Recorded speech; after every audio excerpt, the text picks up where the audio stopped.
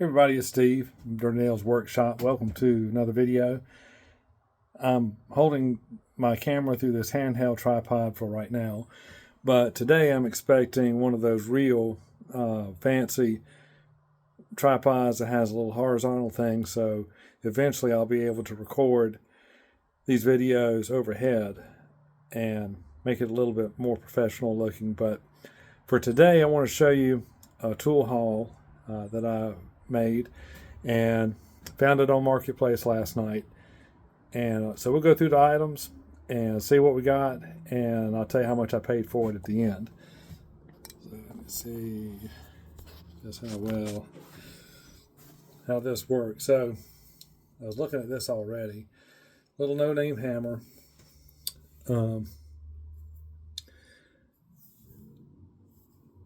But we'll see. Don't know if I keep it. I've already got like a bunch of hammers, but it looks like even I don't know how well this shows up, but this is flat here, but look at the angle of the head in relation to the handle. So who knows, this may have been made overseas. Hard to tell. Here's another little no-name Torx. A really small one too. But oops, let me put these over here. Got that.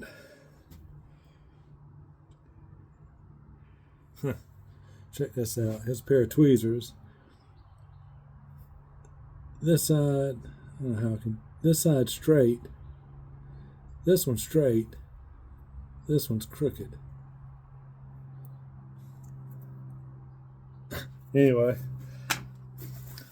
whatever. Oh, this is cool. This is what really got me to answer the ad, is these little pliers. It does say right there, get my light right, made in the USA. So I've got, hang with me a second. Yeah. Already had one close to it. This is a Dunlap, but so now I have two. Let's see what else is in the bag. Ooh, another little tiny little screwdriver. Yeah, Craftsman. I can't see on here whether it indicates if it's made in the USA or not. Not sure. Tire pressure gauge, Vaseline,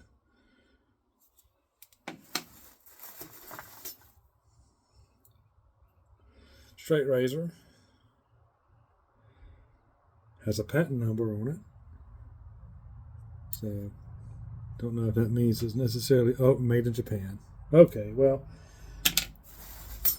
kind of got close.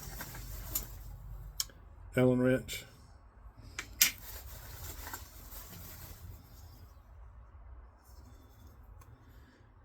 Black and Decker tape measure. Ooh, nice little spring to that. Got two more things.